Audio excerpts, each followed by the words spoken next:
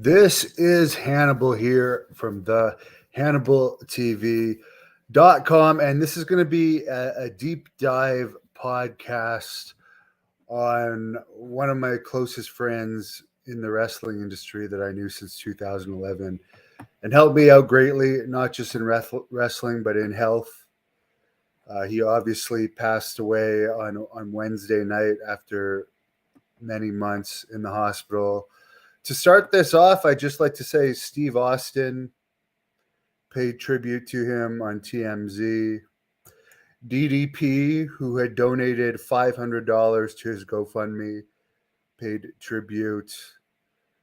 Paul Heyman paid a tribute in multiple posts. Very rich guy, didn't donate a penny to his GoFundMe. Ric Flair paid tribute. Hulk Hogan and Jesse Ventura also paid tribute to superstar Billy Graham. And with all the money Hogan and Jesse Ventura have, neither of them donated when he was fighting for his life in the hospital either, which is sad. But the guy that actually donated the most to Billy Graham's GoFundMe was Ted Arcidi, former WWE superstar who donated $3,000 twice. Chris Jericho donated $5,000. Mark Marrow donated $500. And you fans, I think in total it was over $40,000 over his two GoFundMes, and that really helped keep him alive. So thank you to all the fans for that. So Dave Meltzer did a big issue on him in this week's Observer. So I'm going to refer to that a lot, and I suggest people pick this up and read it because I'm only going through some of the points that he discussed about Billy, who actually Dave said got him into wrestling too. He was the first wrestler that really attracted him into wrestling. But I'll share some of my own stuff in here as well. But Meltzer pointed out that Billy Graham is probably the most influential of the modern era as far as wrestling. He says there wouldn't be Hulk Hogan if there was no Billy Graham, and he influenced the likes of Hogan, Flair, Dusty Rhodes, Jesse Ventura, Austin Idol, Scott Steiner, and even Paul Heyman. Some of these people would not even have been a wrestling fan if it wasn't for Billy Graham. Even Sergeant Slaughter started off as a Billy Graham copy, which Sam Houston pointed out in one of his interviews with me. Meltzer brings up that Hogan's act and his look was largely taken from superstar Billy Graham. Even the Fu Manchu mustache, the shirt rip, the cupping of the ear, the pythons, the brother, Eye of the Tiger Billy Graham used before Hulk Hogan started using it.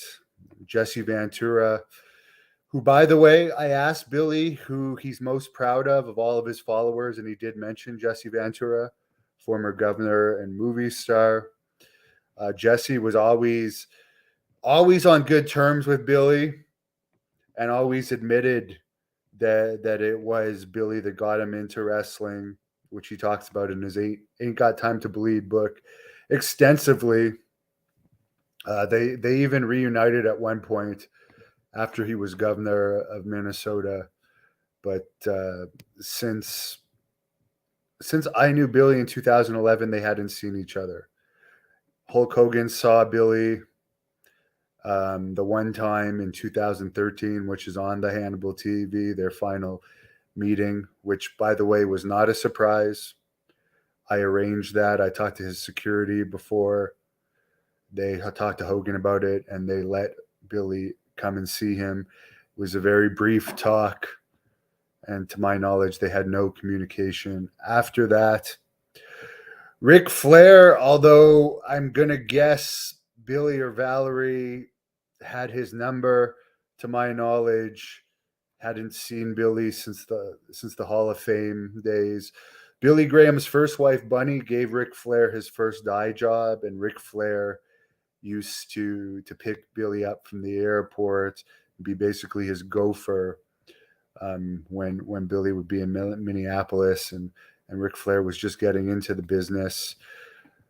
Meltzer brings up in his article on Billy that Flair copied a lot from Billy Graham's promo, as well as the hair, the bleach blonde hair. And Dusty Rhodes took Billy Graham's heel style interview and fancy wardrobes. By the way, Billy Graham was also first. He was the first wrestler to ever use a boa in Madison Square Garden before Hogan started doing that.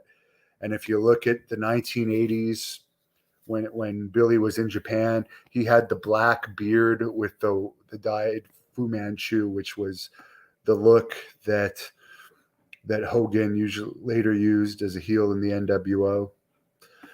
Rhodes was also one of Billy's biggest rivals. Meltzer says Bruno Sammartino, Dusty Rhodes were probably Billy Graham's two greatest rivals. He definitely had a love-hate relationship with Vince McMahon Jr. Meltzer brings up that McMahon saw Billy as the future of pro wrestling in the 70s, but by 1984, when McMahon Jr. took over from his father, Billy was already pretty beat up. He wasn't in his prime anymore, so he took the next best thing, Hulk Hogan. It's mentioned in this article in the Wrestling Observer that McMahon took the term superstar from Billy Graham, who initially had used that term to describe himself from the Jesus Christ Superstar play, as Billy Graham had a history of being a preacher. Billy Graham was also the first to use the term brother in wrestling. Another thing that Hogan took. Billy would have had, of all the lawsuits Billy had, the best lawsuit that he never filed was a copyright and gimmick infringement lawsuit against Hulk Hogan. He would have had a phenomenal case there. But Billy probably didn't trademark any of his stuff. But basically, Meltzer brings up the reason why McMahon wanted his wrestlers to be called superstars rather than wrestlers, because he wanted them to look like comic book superheroes and be colorful and muscular like Billy Graham. Now, I want to point out that right now, WWE will call Madison Square Garden a sellout. The last sellout they had at Madison Square Garden was 12,500. So if you want to count what WWE calls a sellout today in Madison Square Garden, he would have had 100% sellout record as a headliner, because we'll get into it later, but the sellout of Madison Square Garden was much higher when Billy was champion, and he had a 95% sellout rate as a headliner. Out of the 22 times he sold out Madison Square Garden, or out of the 22 times he headlined Madison Square Garden, he sold out 20 of those times, which is unheard of. And again, the two times he didn't sell them out, the attendance was way over 12,500. But this is in the days before they would curtain off the arena and call it a sellout, which is what they do now. Okay, so we've curtained off 25% of the arena, so we'll just call it a sellout because there's curtains covering the unsold seats. Meltzer brings up that Billy Graham is one of the few men in history to sell out Madison Square Garden that many times, and nobody since Bob Backlund's 6-year reign, where the undercards were heavily stacked with guys like Graham and Andre the Giant and Dusty Rhodes, and Hulk Hogan for that matter. It's at various points. Nobody has sold out Madison Square Garden that many times. In fact, for everyone that insulted Billy Graham for saying Kofi Kingston was a bad champion, Kofi Kingston was champion for the lowest television taping crowd ever at Madison Square Garden. I believe it was somewhere around 7,000, and then they had to bring in The Undertaker for an appearance. And it was literally the lowest ever. So for the people saying that giving Billy Graham heat when he was saying Kofi Kingston was a bad champion, well, Kofi Kingston had the lowest attendance ever for a Madison Square Garden TV taping. So Bruno Sammartino sold it out more times, but didn't have as a high percentage rate, which Graham would concede. Also, in those days, people wouldn't buy tickets in advance as much, and Billy Graham had more advanced sellouts than anyone, not just in Madison Square Garden, but all over. Meltzer brings up that more celebrities would come out to see Billy Graham, whereas Bruno, a lot of Italians came and Italian celebrities would come. Meltzer brings up that Deborah Harry, Andy Warhol, Andy Kaufman could all regularly be seen when Billy Graham was the biggest drawing card. In 77 and 78 and in 76, he was only behind Sammartino and Antonio Inoki. So for a period of time, he was a massive draw, and that even extended into other years.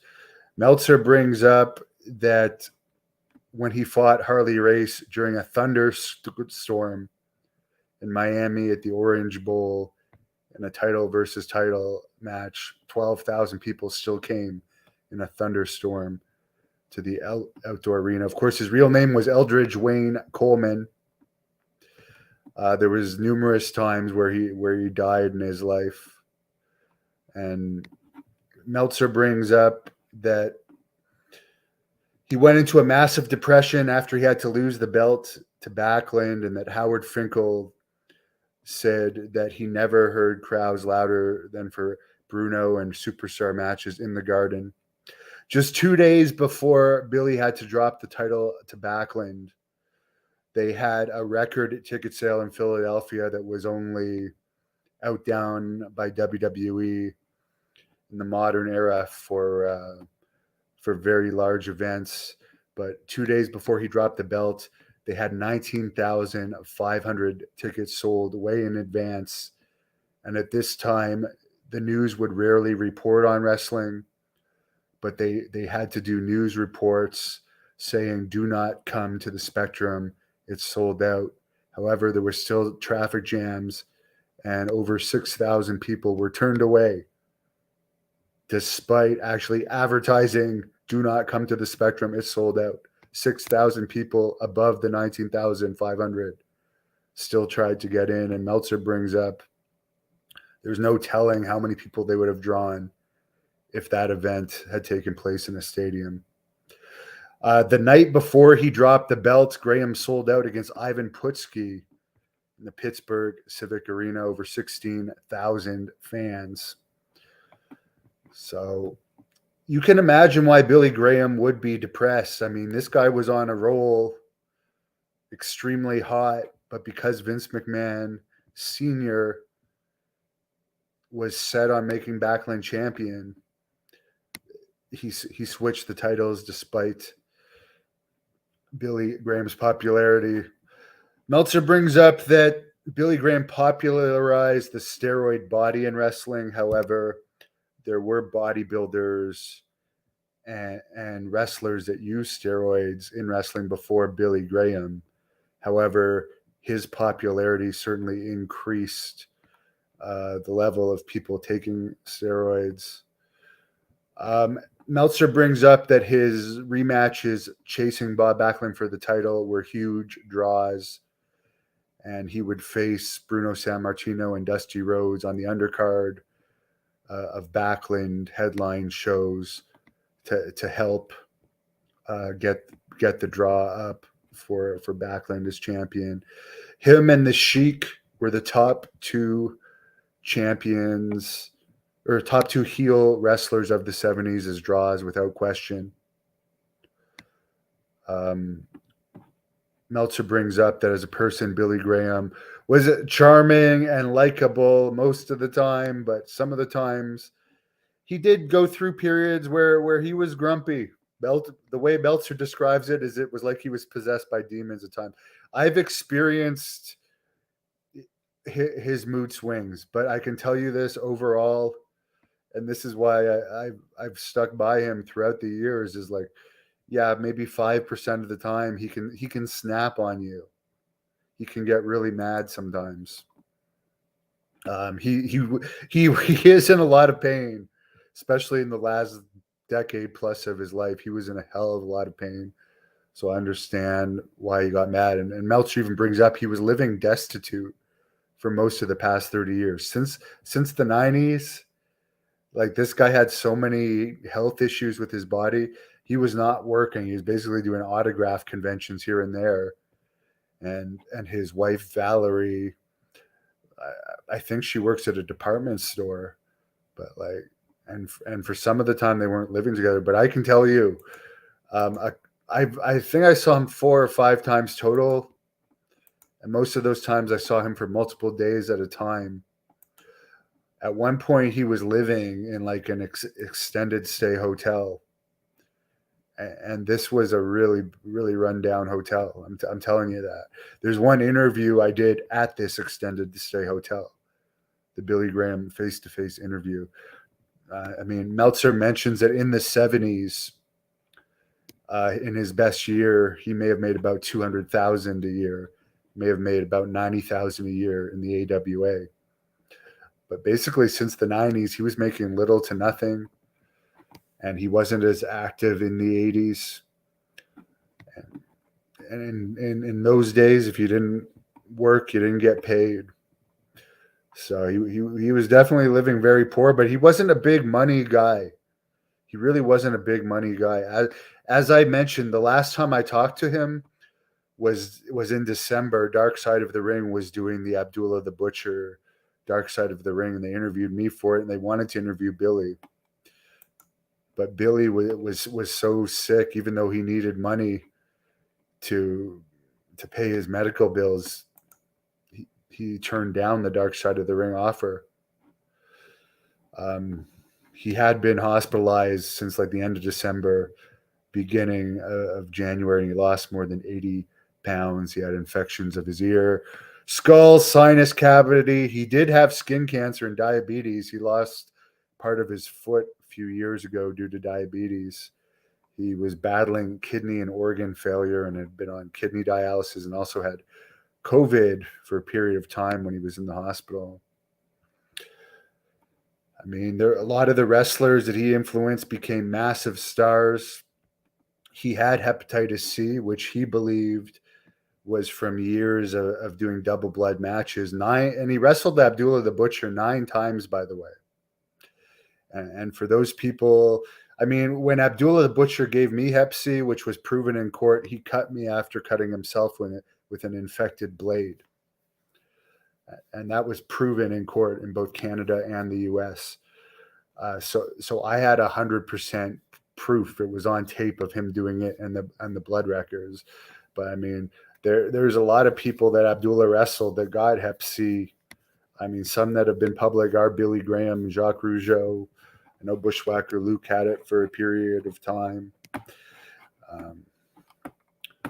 That's why Billy was outspoken when they wanted to put Abdullah the Butcher in the Hall of Fame, because he knew that he was negligent in the ring, and he didn't think somebody that careless about spreading blood diseases should be honored with such an honor. And funny enough, Abdullah ended up saying he didn't care about the Hall of Fame and selling the ring to his brother or something, or a friend, a few weeks after he was inducted.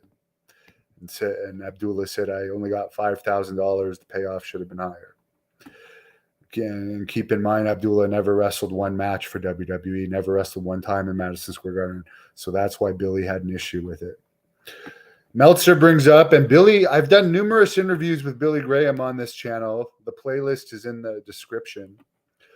But Meltzer brings up that Gorilla Monsoon at one time, long before the internet, did a column in the Philadelphia Journal saying that Billy died on November 4th, 1981. And many people believe that. And then when he later came back as a karate master, people thought it was a different Billy Graham. There's another lawsuit that he would have had better luck filing. Someone falsely reporting his death. Apparently, he returned to WWE in August 1982. So he returned to WWE less than a year later. doing that karate master gimmick, which he did because he was depressed. And since they didn't want to run with his Billy Graham character, he didn't want to no longer do the superstar character at that time. Came back as the karate master. Now, I know a lot of people like to assume that Billy Graham did hard drugs and drank and stuff. To my knowledge, he was not a big drinker. I've never heard him ever talking about drinking. I do know that he took speed, which a lot of wrestlers took up until the 80s. I've even heard Ricky Steamboat say he took speed. Wrestlers would take speed before matches.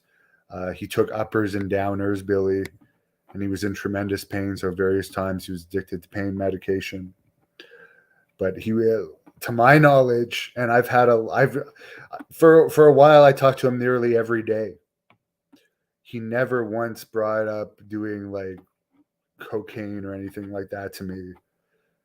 I never heard any stories of him being drunk. Also, he was never a cheater. He was with his wife Valerie from the time she was 19. He was quite. I think I forget exactly how old, but he was at least a decade older than her.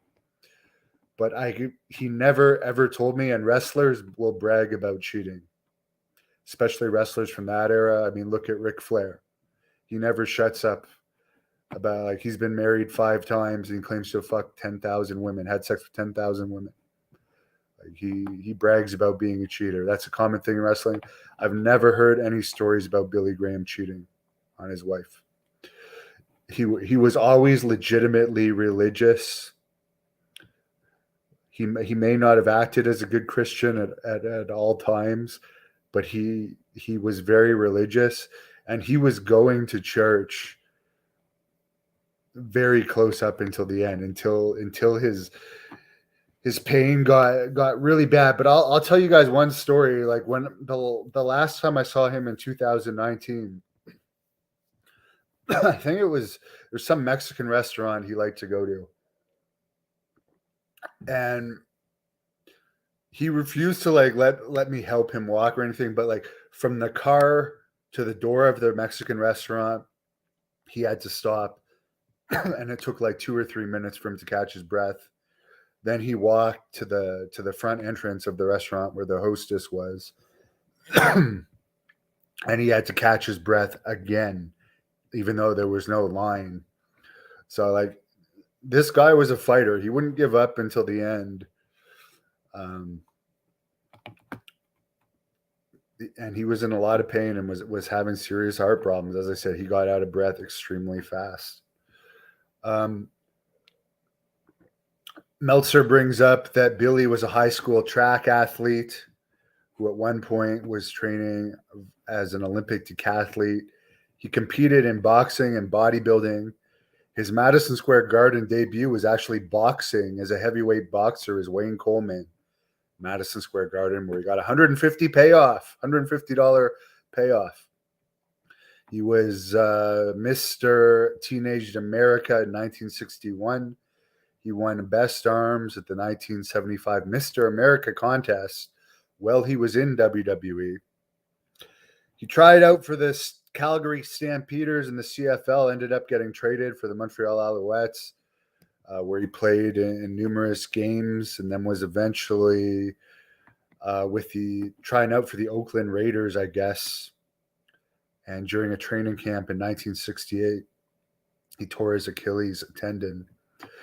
He was training with Arnold Schwarzenegger in LA. I remember him saying and there's lots of pictures of Billy Graham and Arnold. And I remember him saying he was there the very first day Arnold came to the US and came to Gold's Gym. He was there, and they were very close friends for many years. Arnold would go with him to wrestling matches too. And by the way, there's a whole thing on the Hannibal TV. Search Billy Graham, Arnold Schwarzenegger, the Hannibal TV. Billy goes in depth on it. But Arnold was so focused on bodybuilding and acting, he never even considered becoming a wrestler, even though he could have easily become a wrestler. And Meltzer brings up one of the pictures of the two training shows Billy benching 585 pounds at the original Gold's Gym in Santa Monica, with Arnold spotting him. Basically, they knew each other in the 60s and 70s really well. And Capella, of course, is the daughter that Arnold is goddaughter to. He did start his career wrestling in Calgary for Stu Hart, where he would do crowd challenges that were legit. He put up $100 to arm wrestle people from the crowd. And by the way, there is a video of us arm wrestling. Billy Graham never lost any of these crowd challenges, and he talks about it in some of my interviews with him. The arm wrestling deal we did was a work, but people legitimately thought it was real in the restaurant, and the police were called over that incident. And I remember Billy was loving it.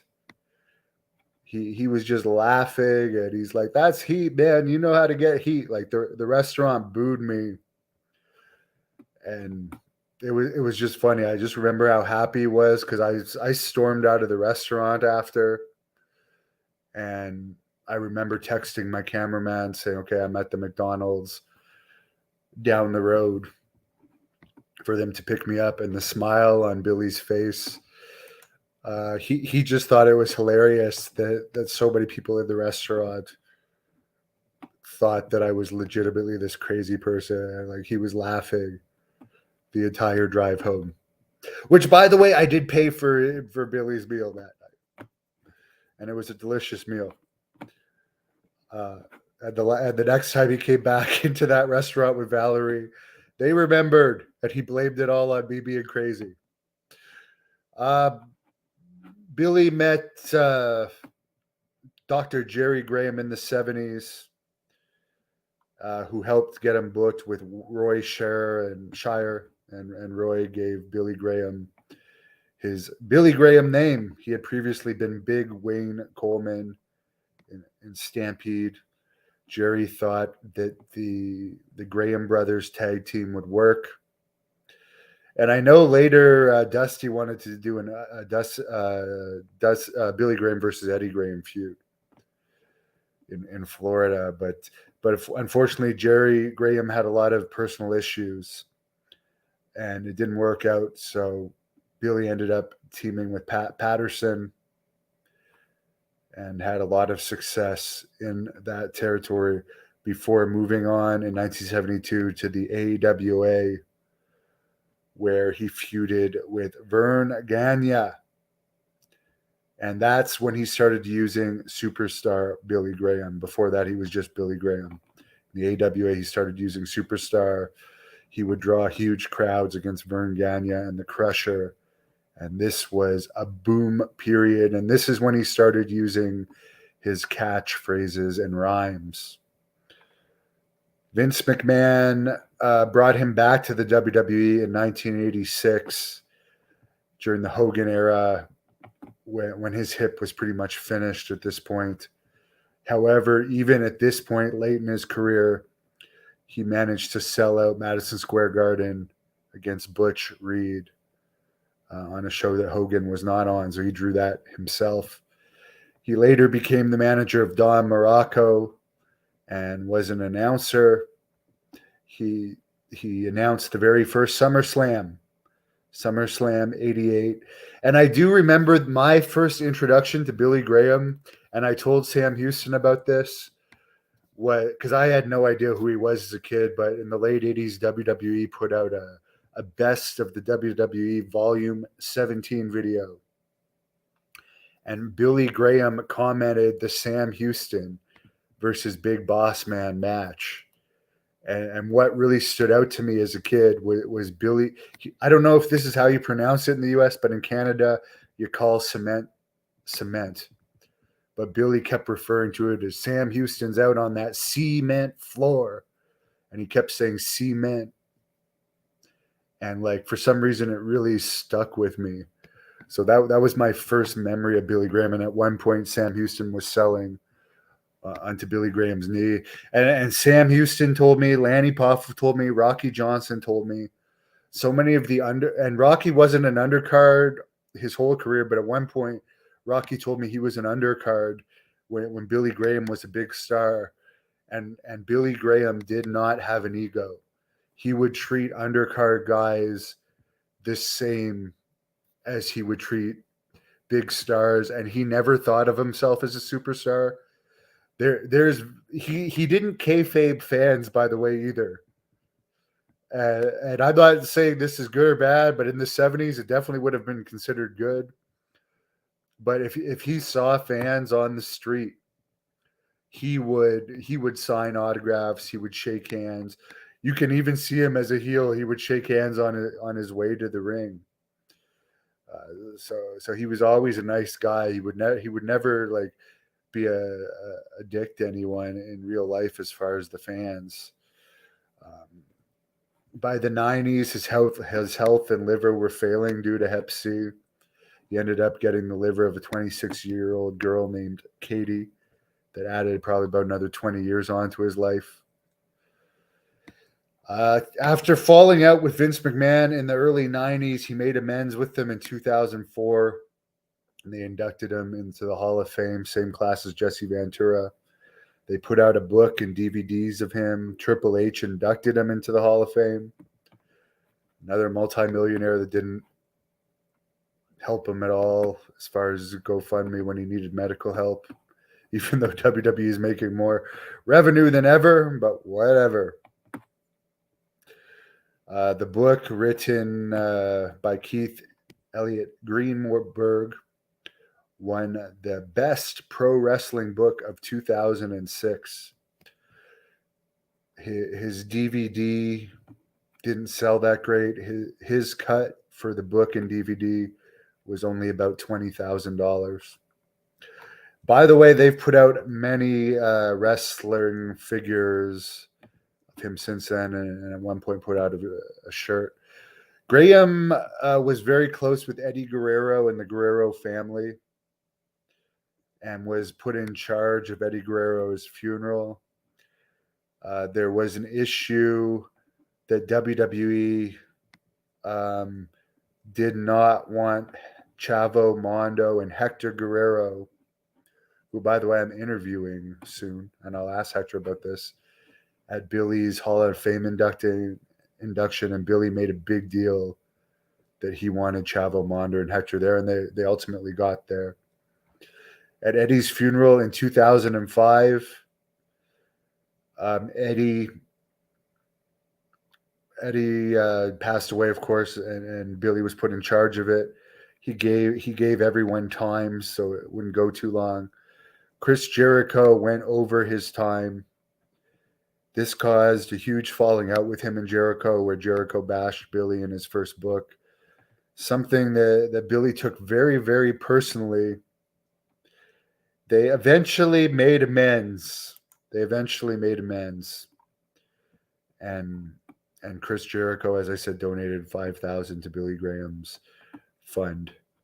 But as a guy that loved Eddie, and I'm sure he did. I'm sure Billy's intentions were right, and I can see Jericho's side of it too.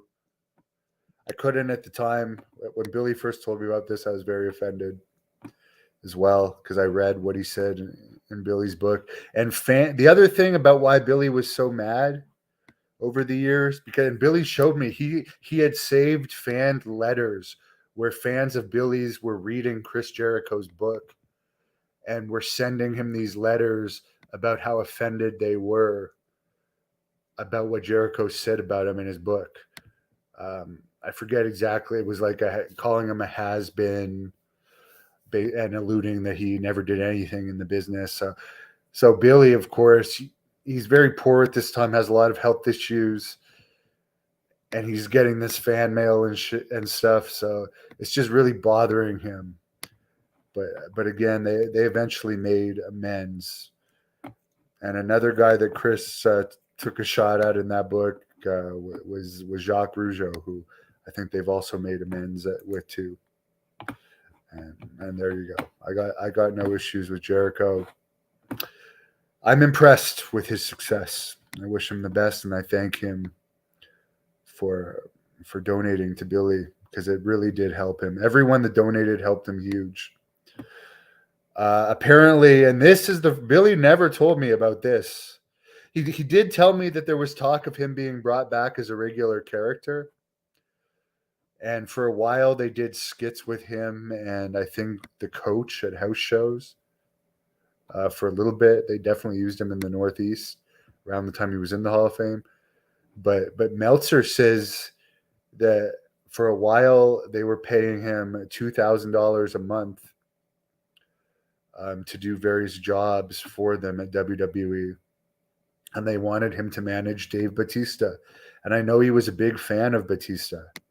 I haven't actually checked to see if Batista said anything about him, but I've seen pictures of Billy and Batista, and I knew from what I know Batista's talked positively about Billy before, but I know Billy really liked Batista, so I find it interesting that at one point they were thinking of having Billy manage Batista, which I would assume never happened due to all of Billy's health issues, but I'm sure that would have been cool. And Meltzer brings up he was eventually let go of that position. And then, of course, he had that fight regarding Abdullah going into the Hall of Fame, which he was mad about since Abdullah intentionally infected me with Hep C, proven in court. And Meltzer finishes this part off by saying he was back under a Legends deal since 2015. One thing he didn't mention, that at one point in time they banned him from the Thunderdome, which is funny because WWE did a video about Billy Graham, which is awesome. They did a tribute video saying the WWE family has lost a family member, but it was like two and a half years ago. He was on the banned list along with AEW and Jim Cornette. There was about 10 or 15 things that were banned from the Thunderdome. And one of them was reportedly any reference to Billy Graham, which, by the way, he found that hilarious. He wasn't offended by that at all. He's like, I'm an old man. I think at that time he was like 76 or 77 years old. He's like, why am I banned from the Thunderdome? That was just hilarious. But again, they kept putting out toys of him. The last job that he told me they gave him was they sent him like a massive stack of autographs to sign, which he signed and was a payday for him. Now, Billy Graham, Meltzer did this, and this is great, talks about Billy Graham's Madison Square Garden drawing record, which I'll get into. December 15th, 1975 was his MSG debut, pinning Dominic DeNucci in 9 seconds before Bundy ever got his 9-second record at WrestleMania 1. And this led to a January 22nd, 1976 match against Bruno Sammartino, where it was sold out in advance. They then had a rematch February 2nd, 1976, with 25,600 fans in attendance. Some of those fans watching closed circuit, the Hulu Arena, because there's no pay-per-views. They put it on a screen for the overflow.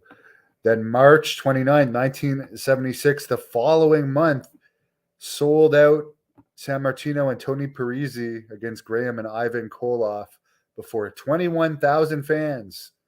Now again, they will call it a sellout now at 12,500.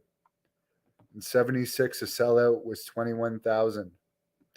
May 16th, Graham versus Gorilla Monsoon before 17,189 fans. So this was one of his 2 non-sellout main events. 17,189. Now keep in mind, if you're going by today's WWE MSG sellout, which they'll call it 12,500, you can say 17,189 was a sellout. But for the sake of what it was then, That was one of his two. June 27th, 777, 25,000 fans between the Felt Forum and MSG, with 4,000 turned away. He wrestled Bruno. August 1st, 77, fought Bruno again. 25,000 fans again with Gorilla as referee between the Felt Forum and Madison Square Garden. August 29th, 1977, the same month, twice in 1 month, sold out. But only 3,000 in the Felt Forum this time. So there's 23,000 total. The next month, September 26th, 77, 24,000 fans between MSG and the Felt Forum for Billy Graham and Dusty Rhodes. October 77, 25,000 fans versus Dusty Rhodes. They sell out the Forum and Madison Square Garden. The next month, this guy's literally selling out Madison Square Garden every month, sometimes twice a month. This is the only one of two. He didn't sell out versus Gorilla. Here he is. He did not sell out versus Peter Maivia, November 21st, 77. 17,914 fans, almost 18,000 fans.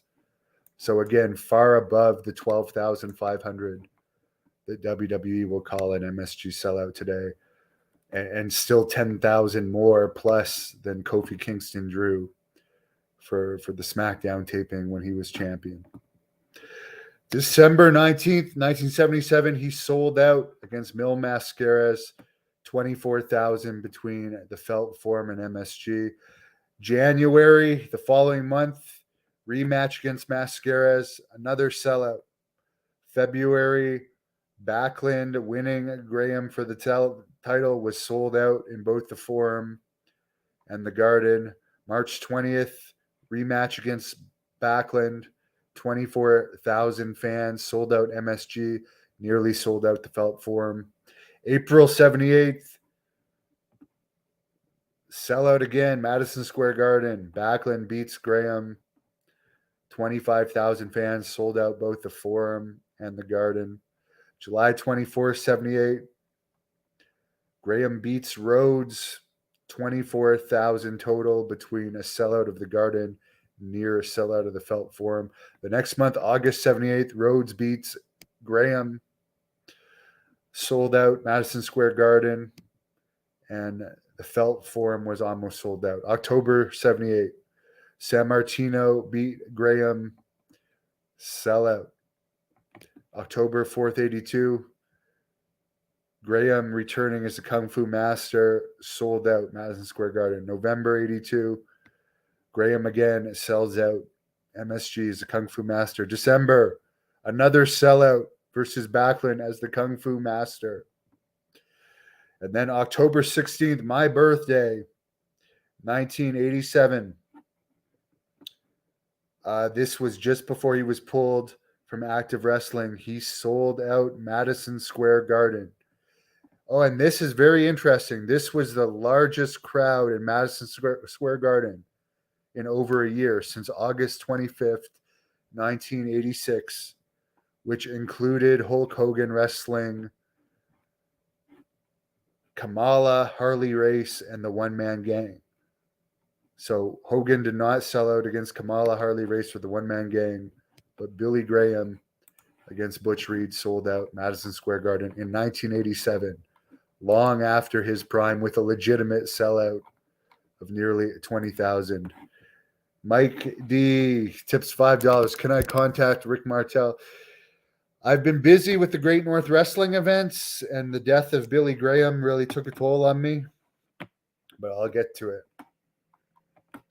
Rest in peace, superstar Billy Graham.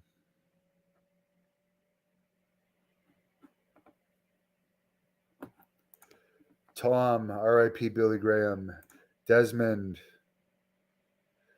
The other thing I'll bring up, and yes, it is a big asset miss, Meltzer does bring up in his report on Billy that Billy had offered, after Dusty Rhodes died, to be a promo coach for NXT. And they were offended that he asked too soon after Dusty died and turned him down. Well, Has anyone in recent years been that great of a promo? Honestly, like Billy Graham, literally one of the innovators of the sport, one of the greatest promos of all time, and they turned him down to be an NXT promo coach. No one had a better body in the 70s. Mike Doink the Clown did beat Bob Backlund. I saw that. Billy was a great guy. Great guy. And I've met a lot of wrestlers. I've met a lot of wrestlers, okay? And I can tell you wrestlers overall are very arrogant, insecure people. Billy was he had his grumpy moments, but he was not arrogant at all and had a very good heart. I mean, Joe, that's what Meltzer is reporting. I remember at one point after Dusty died, he was telling me he was talking about Triple H. And ultimately they did put him under a Legends contract. But who got that promo job? Who got the promo job if Billy Graham didn't get it? Honestly. If you would the shitty writers that they've had over the years, and I'm not hating on them, I'm just speaking the facts. Some of these people that they hire as writers and coaches that have had zero success as wrestlers, and I don't even know how they get their jobs as producers and coaches, considering they weren't successful themselves, to turn down Billy is just stupid, in my opinion.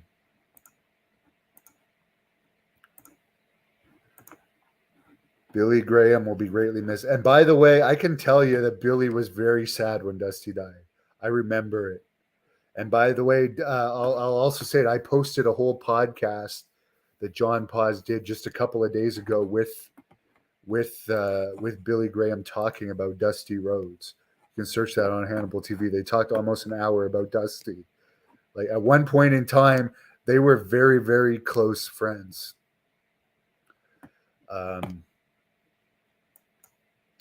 And by the way, a great feud, and Billy actually wanted this when Dusty was still alive. He wanted me to feud with Cody and have him in my corner and Dusty in Cody's corner. And he actually tried to get me in WWE at one point, and Gerald Briscoe even got me the NXT tryout, which they canceled, despite Billy Graham's recommendation. So again, he wasn't really part of their family. And yeah, it would have been interesting to see him be Dave Batista's manager. By the way, he did say publicly if I had ever wrestled for WWE, he would have walked me out in Madison Square Garden. But again, one thing that really bothers me is like they never gave him one last Madison Square Garden tribute night. He was under Legends contract for what, since 2015, and they couldn't just dedicate one night to Billy Graham and have like a Madison Square Garden Billy Graham tribute night. That would have meant so much to him. And it would have drawn.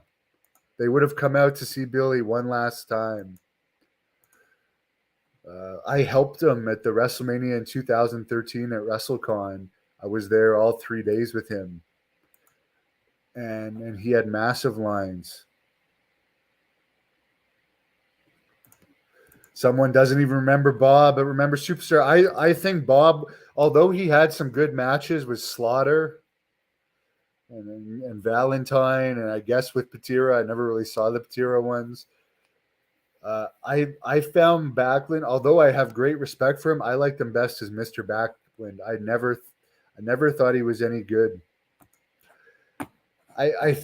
I don't know what the Legends contract pay. I think they only pay, basically they make toys and stuff. So like basically from what I understand from Billy, let's say they make a new toy of him. He gets like $10,000 and then they get to sell a toy, but it basically allows them to come out with merchandise of the people that are under contract. Or for instance, if there's an autograph session, they could send them to do an autograph session. To my knowledge, they never used Billy for any autograph sessions. They did make toys of him, and they made a T-shirt of him that he hated, and they didn't ask at all for his opinion of it. But I mean, at least you got some paydays out of it. So guys, put your memories of Billy in the comments. I can tell you this though, I truly loved him, guys. He was a great guy. I'll tell you the nicest wrestlers I ever met, and it's a short list. And like Billy Graham's on there, and Hillbilly Jim would be on there, and I know Hillbilly and Graham are very close. I mean, those are two really good guys.